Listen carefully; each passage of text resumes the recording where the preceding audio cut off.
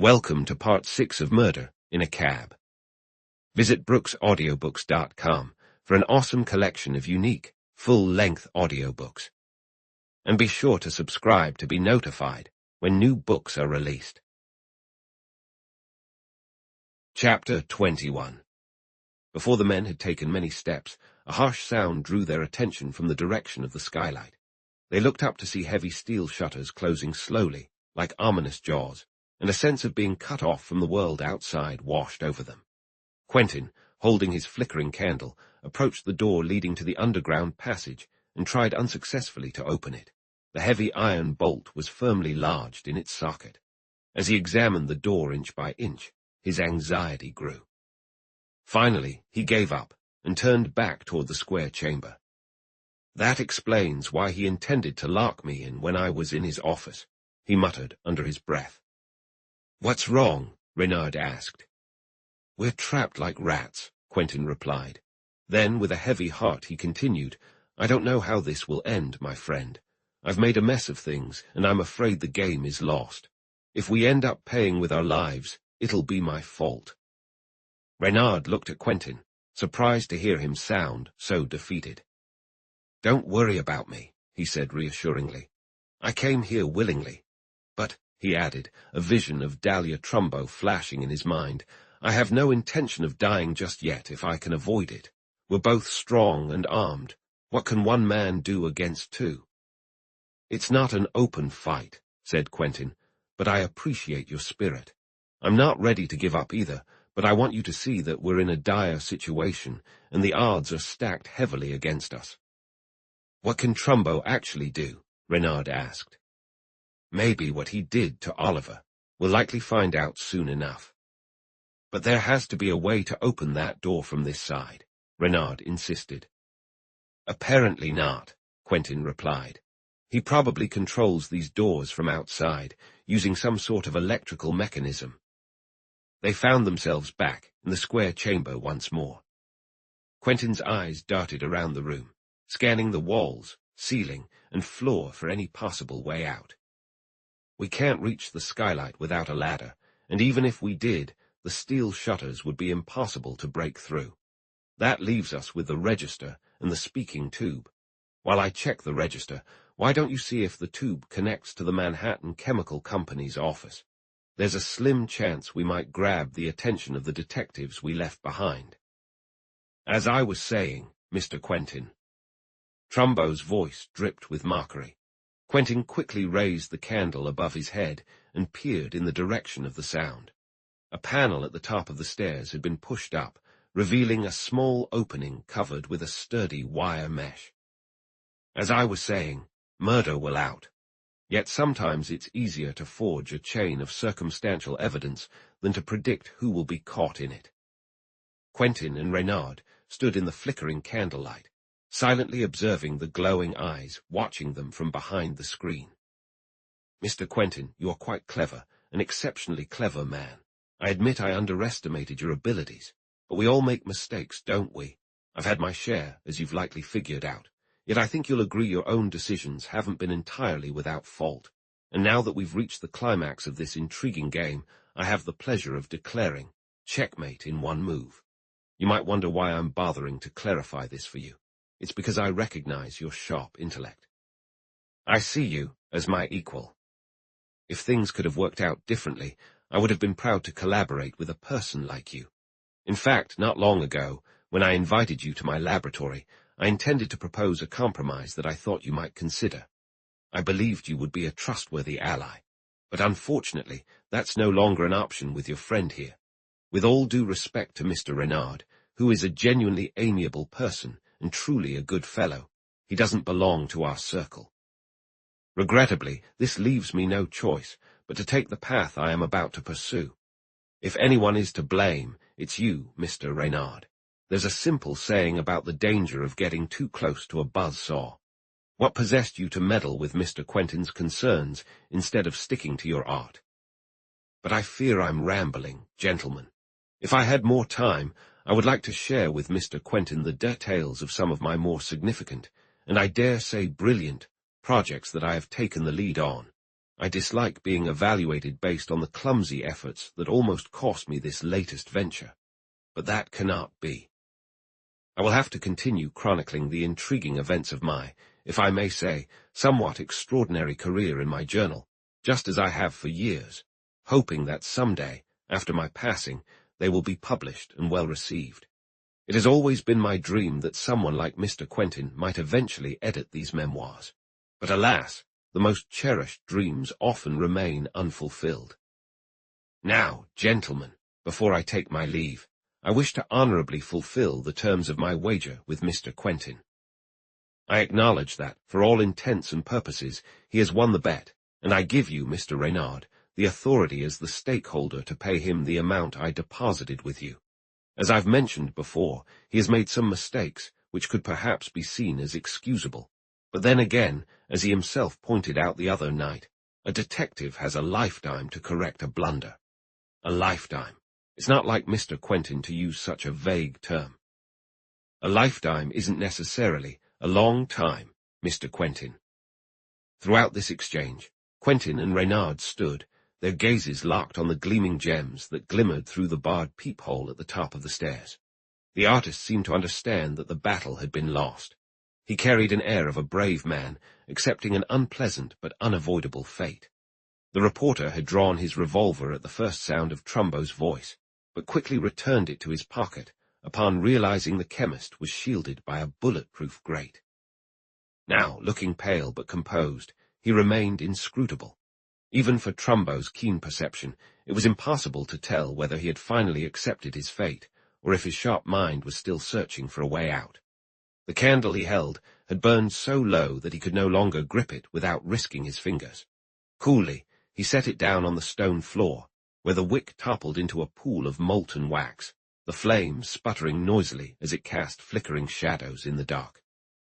"Well," Trumbo's voice continued, "it is certainly satisfying to engage in a game with an opponent who is worthy of the challenge. You played well, Mr. Quentin. I believe you would have won modestly, and you are losing as I myself would have lost had our roles been reversed. Goodbye." The bright eyes vanished from the grating, and the sliding panel snapped shut with a metallic click. "All right," Quentin said to his companion, "our last shot is the speaking tube, but first, help me with this box." "What do you want to do with the box?" Reynard asked, though he complied with Quentin's request.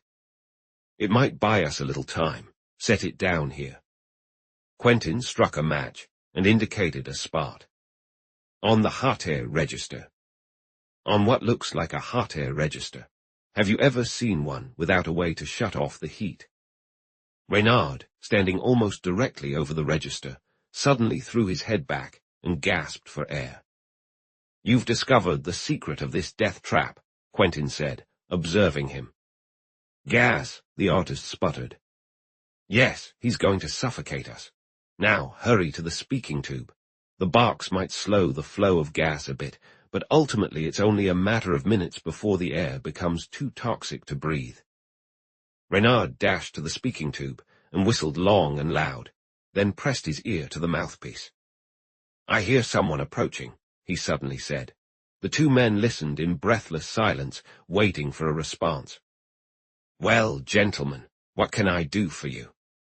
The words came in Trumbo's voice. Reynard's eyes met those of the reporter, and in that glance they both realized that their last flicker of hope had vanished. In that swift, silent exchange, there was acceptance of their inevitable fate and a final farewell between two courageous hearts. The spluttering candle gave its final flicker and went dark, plunging the prisoners into complete blackness. The room was quickly filling with gas, and its effects were starting to take hold. "We can at least finish our job before we go," Quentin said, determination etched on his face. "Our job?" "Yes, and ensure Trumbo gets convicted for our murder. What are the chances anyone will even find our bodies if they're destined for Trumbo's oblivion tank?" "Take my hand," Quentin replied. "Here's a box of matches. I'll set it between us where we can reach it easily. I need to write a few words to the police superintendent to explain what's happening. By the time we're done, there will be enough gas in here to create a massive explosion when we light a match. This will draw attention and wreck this place. If I pass out before you, don't forget to strike the match." While he spoke, the reporter pulled out a pad and a pencil from his pocket, scribbling as quickly as he could in the dim light. Reynard felt dizzy, his ears buzzing, but thoughts of Dahlia Trumbo dominated his mind. "An explosion," he exclaimed. "No, no, that can't happen. What about Dahlia? She could get hurt." Quentin kept writing. "It's the only way to bring Trumbo to justice," he said firmly. "But Dahlia is innocent of his crimes," Reynard insisted, his voice thick. His tongue felt heavy, and he sensed his consciousness fading. "Why should she suffer? I'm fading, old friend. I can't hang on any longer. Promise me you won't light the match." He stumbled and leaned against the reporter, who caught him as he swayed. His own senses were slipping away. "Promise," the half-conscious man pleaded. "I promise," Quentin replied after a brief hesitation. It filled him with dread to see his friend slipping away in the prime of his life. Suddenly, a thought struck him. "Hang in there, old buddy. It's not over yet. The speaking tube leads to fresh air. Here, put your lips to it, and breathe through your mouth." The artist heard the instruction and made an effort to follow. With Quentin's help, he managed to place his lips against the mouthpiece of the speaking tube. A few breaths of relatively fresh air rushed into him, igniting his sluggish blood and giving him a renewed grip on life. With this revival came a primal urge to fight fiercely for survival. As the shadows of death that had been closing in on him began to fade, he noticed Quentin's voice reaching his ears in broken and barely audible fragments. "This is your last chance. Stick to the tube. When he comes, surprise him. Your revolver, shoot before." The reporter was teetering, clinging unsteadily to his friend's shoulder. Suddenly, Reynard realized that Quentin was also starting to succumb to the effects of the gas. He sprang back just in time to catch the swaying man in his arms. "What a selfish brute I am," he exclaimed. "Here, it's your turn to breathe." He pushed the reporter toward the tube. "No, no," Quentin protested weakly. "It can't be both of us, and you have everything to live for." But the artist was now the stronger of the two, and he managed to force his friend to inhale enough fresh air to bring back his fading consciousness. At last, as Quentin regained his strength, he prepared to return to the struggle beside Reynard, when suddenly the room burst into blinding light from an electric bulb. "He wants to see if his work is done," Quentin whispered to Reynard. Noticing that Reynard was again on the brink of asphyxiation, he added urgently, "Fill your lungs with air, quickly. Now drop and pretend to be dead. Do as I do." Without hesitation, Quentin threw himself onto the stone floor, face down, lying still, his right hand clutching a concealed revolver beneath his body. After taking a brief moment to breathe at the tube, Reynard followed his friend's lead. After a brief moment, there was a metallic click that Quentin recognized as the sound of the sliding panel in the door at the top of the stairs being opened. An eternity of suspense followed, during which the prisoners could sense the cold, piercing gaze of Trumbo through the grating, although they couldn't see him. Would he come in? Would he catch on to their ruse? Would the two men manage to keep their wits and strength long enough for one final fight for survival? These thoughts raced through the reporter's mind as he lay there, pretending to be dead, struggling to control his spinning senses. If Trumbo was approaching, he would need to cut off the gas and ventilate the room. What was he waiting for? "Come in."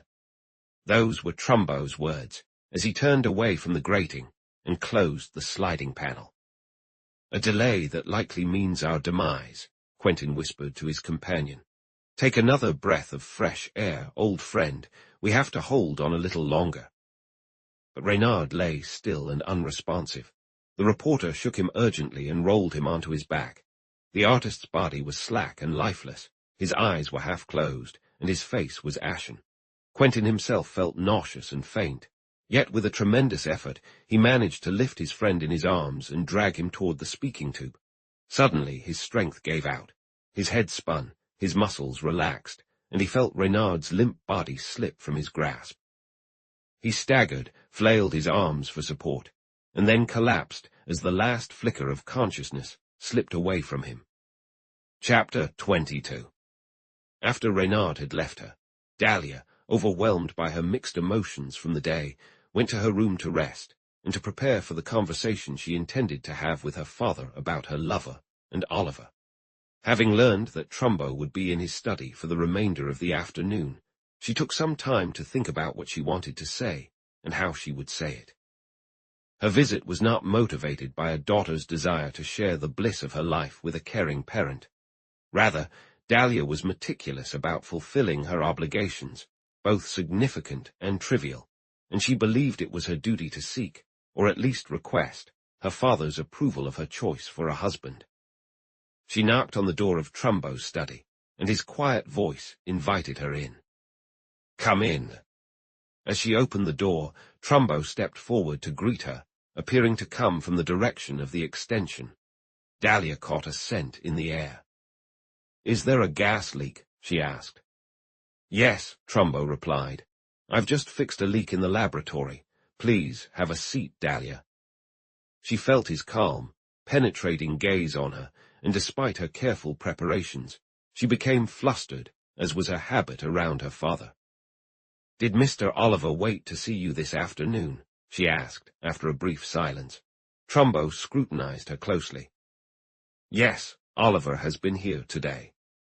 "I didn't realize you had seen him." "I couldn't avoid seeing him. He forced his way into the parlor, despite all the servants' efforts to keep him out." A faint line appeared between the chemist's brows. "Has he been bothering you with his advances?" Trumbo spoke in his usual calm tone, but Dahlia noticed something in her father's eyes, and the firm set of his mouth that sent a chill down her spine, and made her feel sorry for the young man who had wronged her. "Perhaps he deserves more pity than scorn," she suggested softly. "My meeting with him was certainly unpleasant, but I don't hold any resentment." "Tell me what happened," Trumbo said slowly. Dahlia recounted the visit, instinctively downplaying the intensity and harshness exhibited by the accountant. Trumbo listened in silence until she finished. Then Dahlia noticed that his right hand was tightly clenched on the arm of his chair, the muscles in his forearms standing out in hard knots. She looked up in surprise. His face revealed nothing of his emotions, and his voice remained steady and deliberate.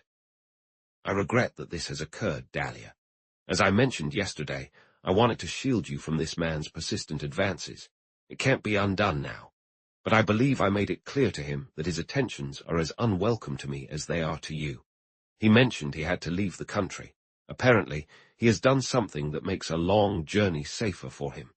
Regardless, we are free from him for a while, and I believe you have no reason to worry about further disturbances." "What did he mean when he said he had your encouragement?" the young girl asked. "I truly do not know."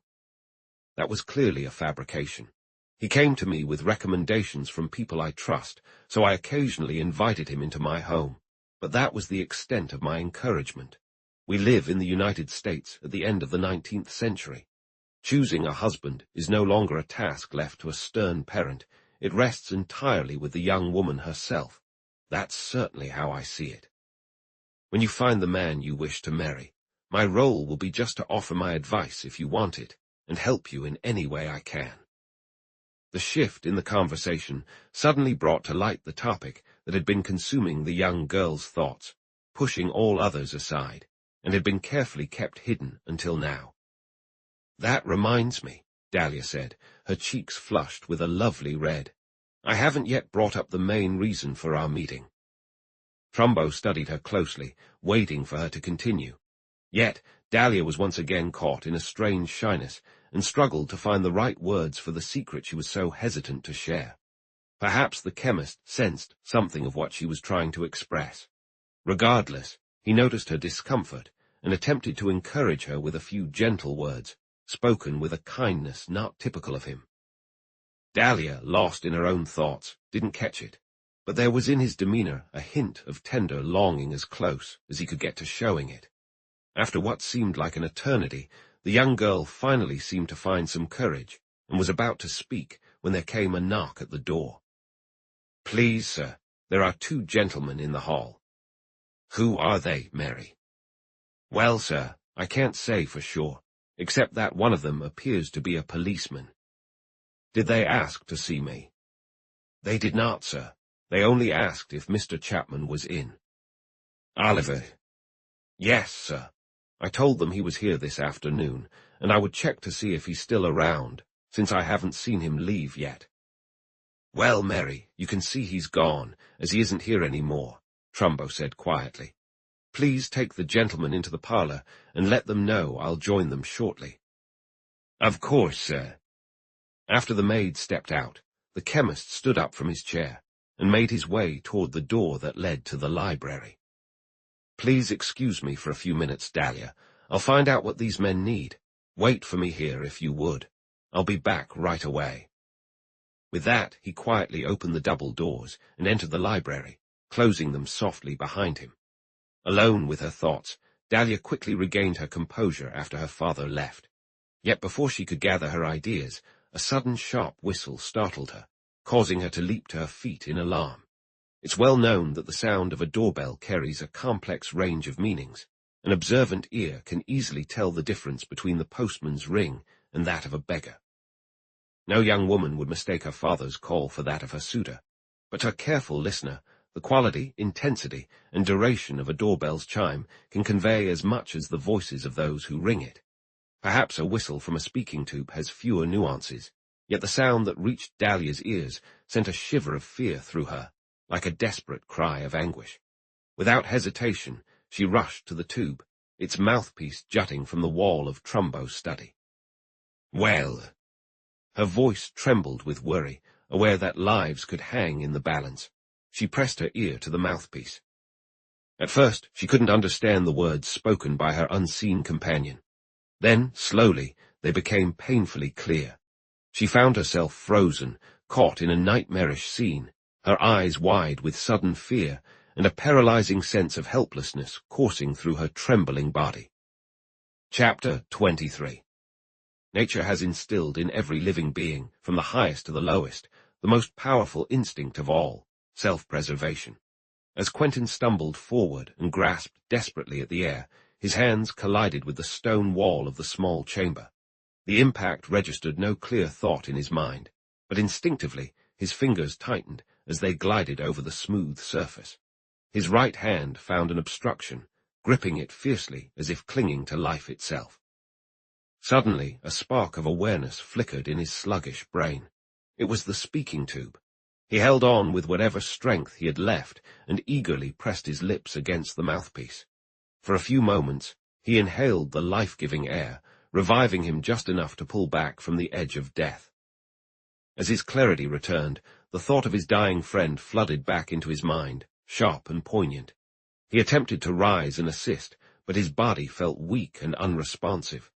Overwhelmed by despair, he sank back into the chair when a faint, indistinct murmur, like distant voices, reached his ears. His heightened senses, sharpened by his recent distress, caught every sound. The instinct to survive was strong. Without fully understanding why, Quentin found himself once more at the speaking tube, straining to listen to the conversation, clearly coming from Trumbo's office. He could scarcely make out a word, but one voice stood out. It was the chemist's, and he suspected his companion was a woman, possibly his daughter. If only he could somehow communicate with Dahlia Trumbo. With hope hanging in the balance, he pressed his ear to the mouthpiece, taking quick breaths of fresh air to bolster his strength. Should he risk it and shout, hoping to catch the young woman's attention? If he whistled, Trumbo would respond, and his last chance would vanish. But would she hear a shout? And even if she did, wouldn't her father stop her from helping? What other options were there? Poor Reynard was fighting for his life, perhaps already lost. There wasn't a moment to waste. He hesitated for a moment, uncertain, and was just about to commit to a daring plan when he clearly heard Trumbo's voice, as if he were standing right by the speaking tube at the other end. "I'll be back shortly." So he was leaving. Dahlia, if it was indeed her, would be left alone for at least a moment, and in that moment there was a chance for salvation. The reporter strained to catch any further sounds. None came. Then he heard a door close. Trumbo was gone. It was now or never. With all his strength, he blew sharply into the tube. "Hello." The reply came in a gentle, feminine voice. "Mr. Reynard is in serious danger. Only you can save him if you act quickly. Go to the door of the extension, push up on the lower hinge, then turn the knob. Hurry before your father comes back." Quentin imagined Trumbo carrying out these instructions before unlocking the extension door. He instinctively understood their significance. There was no response, but he didn't wait for one. He dashed to his friend's side and struggled to pull him toward the foot of the stairs. Just as he reached that point, the door swung open, revealing Dahlia Trumbo, pale and anxious, standing on the landing above. The rush of gas made her flinch, but in an instant she spotted her unconscious lover and rushed to help. Slowly and with effort, Quentin and his beautiful companion dragged the limp man up the stairs. With each step, the task grew harder as the gas sapped their strength. It was starting to seem impossible to reach the top. Just then, a shadow fell across the doorway. Quentin looked up, his heart racing. It was Trumbo. He stood there, calmly surveying the scene. Dahlia hadn't noticed him yet. She was struggling to lift Reynard's limp body, but felt herself fading under the effects of the gas. "My love, my poor love," she cried out, and just then she staggered and nearly fell. Quentin instinctively moved to catch her, but before he could get close, Trumbo was beside her, lifting her into his arms. He carried her gently up the stairs and into his study. For a moment he seemed to pause. Quentin thought he might close the door. He instinctively reached for his revolver, but before he could act, Trumbo was back at the threshold. "Come," he commanded, and then he scooped up Reynard and began carrying him upstairs. Quentin followed unsteadily and collapsed into a chair once he reached the study. After laying Reynard on the floor, Trumbo shut the door to the death chamber, turned a valve near his desk, flung open the windows, and cranked a lever that extended from the wall by the door to the extension. "He's shutting off the gas and opening the steel shutters of the skylight," Quentin thought. Trumbo then produced a flask and poured out a bit of brandy, which he forced his daughter to drink. Once she was revived enough, she rushed to Reynard's side and gently lifted his head into her lap. Trumbo watched her intently. She met his steady gaze. "Yes, I love him," she replied simply. Then the strange man, without another word, gently moved his daughter aside, and removing his coat, bent down over the unconscious figure of the man whose life he had tried to take. He worked diligently to restore his failing breath. It felt like an eternity to the anxious girl as she watched him. Finally, he stood up, calm and composed as ever, and put his coat back on. "He's out of danger now," he said. "You can take it from here."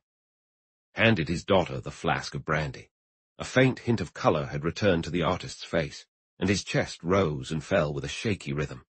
Quentin, still unable to move from the chair where he had slumped, was vaguely aware of Trumbo's actions. He noticed the chemist opening the safe next to his table and pulling out several bundles of banknotes, which he carefully placed into a suitcase. He saw him take a few richly bound notebooks and wrap them neatly, tying and sealing them securely. With that done, the chemist donned his hat and coat, preparing to step into the hallway when a knock sounded at the door. Trumbo opened it just enough to reveal himself without exposing the others in the room. It was one of the housemaids. "Please, sir," the girl said, her voice shaky. "The policeman says he can't wait any longer. He must see you at once." "Are they in the parlor?" "Just the policeman, sir. The other man said he would wait outside." Trumbo paused for a moment to think. "Tell him to wait in the hall until I call for him," he instructed finally. "If the policeman becomes impatient, just say I'll be right with him, that I'm tied up with something very important." As soon as the girl left, Trumbo seized the suitcase and the package, opening the door to the extension. His gaze lingered for a moment on his daughter, who, completely absorbed in tending to her lifeless love, was unaware of anything else around her. There was a strange softness in his eyes, a flicker of tenderness, yet his expression remained largely unchanged and unreadable. The chemist hesitated for a brief second, contemplating whether to say something, but then stepped out into the hallway and quietly shut the door behind him. Only Quentin, feeling weak and helpless, had witnessed his departure. Chapter 24. The two detectives, after leaving Reynard and Quentin in the cellar of the Manhattan Chemical Company, began a thorough search of the building, from the basement to the roof. A bit unsettled, they returned to the cellar only to find that the reporter and his companion had vanished. They questioned the man they had left on guard outside and confirmed that neither Reynard nor Quentin had left the building. Calling out for the missing men brought no response, and soon concern crept in. They sent word of the strange disappearance to headquarters. The chief's reply came back immediately. "Stay where you are. We'll check from the other side." One detective went up to the roof to keep an eye on the backyards, while his partner remained stationed in the front hall. They were waiting for a while when the detective in the hall thought he heard footsteps coming from the private office. Alert and ready, he watched as a man stepped into the hallway, carrying a suitcase and a package. The man squinted, as if emerging suddenly from darkness into light. "Who are you?" the detective demanded sharply. The man looked toward the voice, and as his eyes adjusted to the brightness, he met the detective's astonished gaze with a calm and scrutinizing look. "Checkmate," he murmured quietly to himself. Then, without seeming to hurry, he retreated back into the private office, slipping away before the bewildered detective could react. Quickly regaining his composure, the detective followed the sound of retreating footsteps to the cellar stairs. Fearing a trap, he fired his revolver as a signal to his partner on the roof. After striking a match, he cautiously made his way down, arriving in the cellar just in time to see Trumbo disappear into the underground passage. He rushed to the location, and unable to find the door, began banging on the shelves with all his strength, making the bottles rattle and dance. "Come on," he shouted. "The game's up. It's time to be reasonable. You can't possibly escape. You're surrounded." No reply came from inside. The man exerted all his strength against the door, but it remained unaffected. When the second detective arrived, he found the first one struggling to remove bottles from the shelves, using a match held in his left hand for light. "Get a light and an axe, Jim. There's a hidden door here that we'll need to break into. I can't find any way to open it." A few minutes later, after delivering strong blows to the shelves with the axe, the detectives called out to Trumbo again to surrender. When they received no response, they hesitated for a few seconds. Then, with grim determination, they launched an all-out assault on the door, striking it rapidly and sending splinters flying through the air. Finally, a decisive blow broke the hinges free, and they surged through the underground passage into the murderer's laboratory.